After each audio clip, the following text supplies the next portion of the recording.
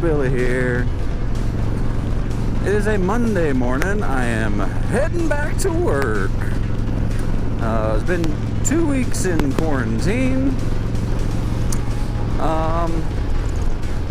Yeah, heading back to work now. So my wife had something happen to one of her friends on Facebook, and I thought I would pose this question. How far are we gonna go with trying to cancel people? Trying to I don't know, fact check them or cancel them or suspend them for comments. So I understand if you are saying, you know, hateful, racist things like, I don't know, white people suck, black people suck, things like that. I don't know. I mean, there's so many out there, I can't even think of one. But, you know, the quote-unquote bigotry and hate. But that's different than what happened to one of my wife's friends. So on Facebook, she commented on someone's post. So on this post, my wife showed me, on this post, this woman was posted something about her boyfriend's ex and something that girl did. So her boyfriend's ex, so this girl did something, probably like a crazy ex-girlfriend. And what my wife's friend said was something to the lines of, hey, geez, something on the lines of, girls are crazy. Girls are crazy. Like that's the entire gist of it. There were a few more words, but yeah, it was girls are crazy, period. Then she got a notification from Facebook that her comment was being removed, and she was under threat of being suspended for 30 days for that comment.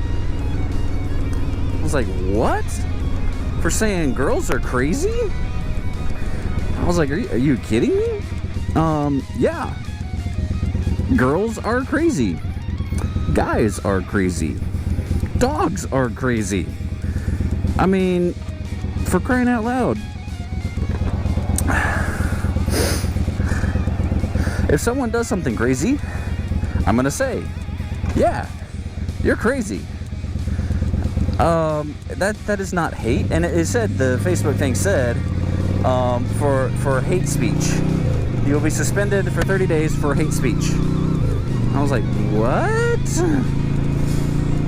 Hate speech saying someone's crazy. If you're crazy, and I say you're crazy, that's not hate speech. That's pointing out the obvious.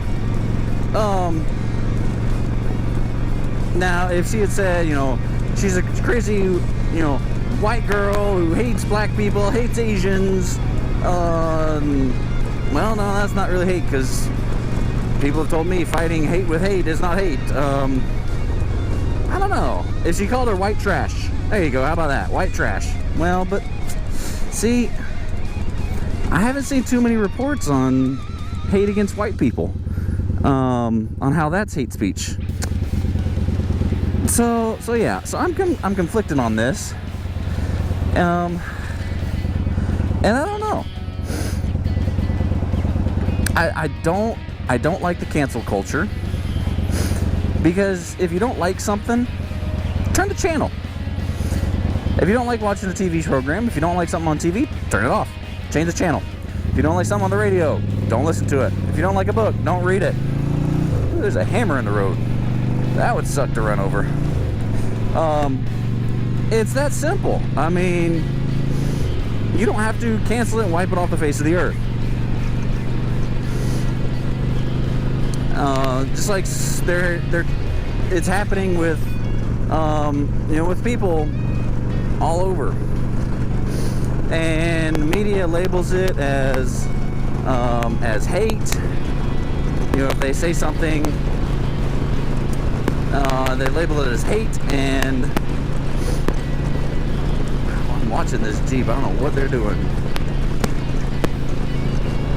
And there's not much else you can do about that. Once that hate tag is put on it, it sticks, because the media just propagates it and spews it out there, and that's it.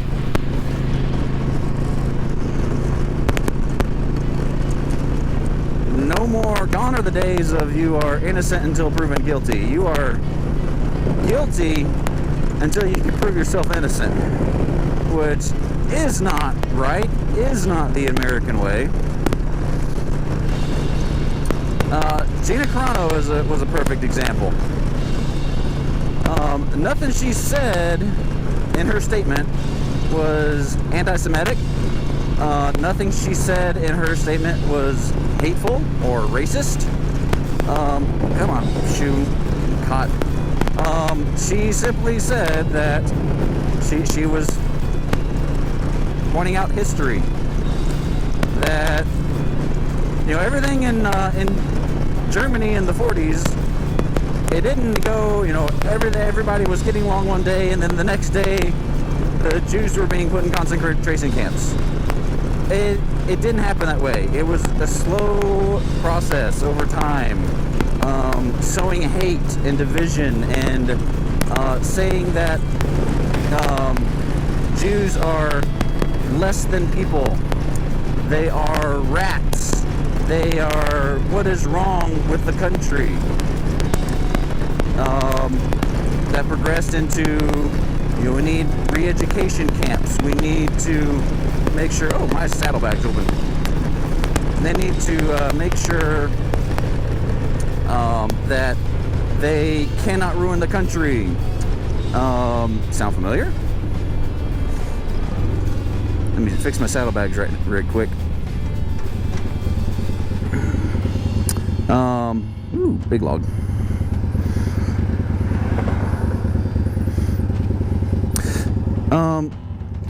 And for that she got the hate speech. Oh yeah, I definitely don't want my gloves falling out. She got hate speech, and she was fired from Disney, which that is Disney's right.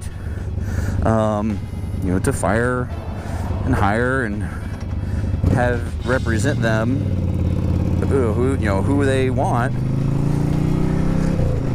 However, I don't think that would have happened had there not been the tremendous outcry from the woke mob. Now, what she said was, there's probably a more tactful way to say it.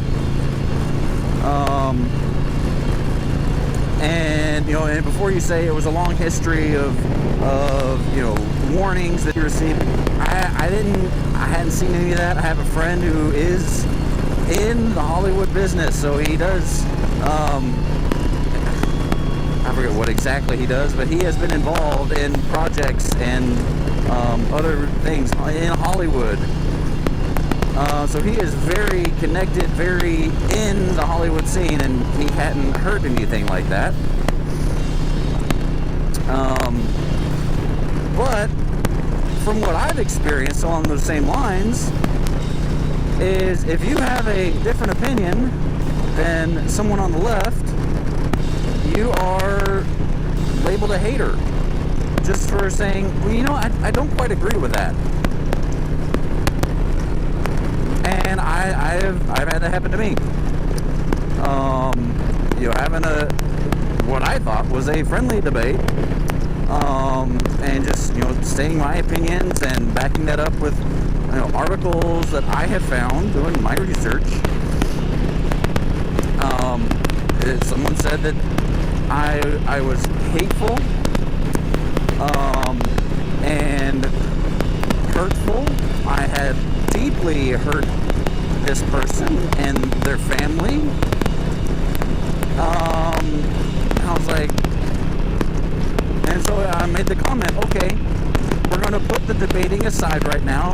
How did I hurt you? I want to know, basically so I can learn and know, okay, this hurt you, I need to not say that again.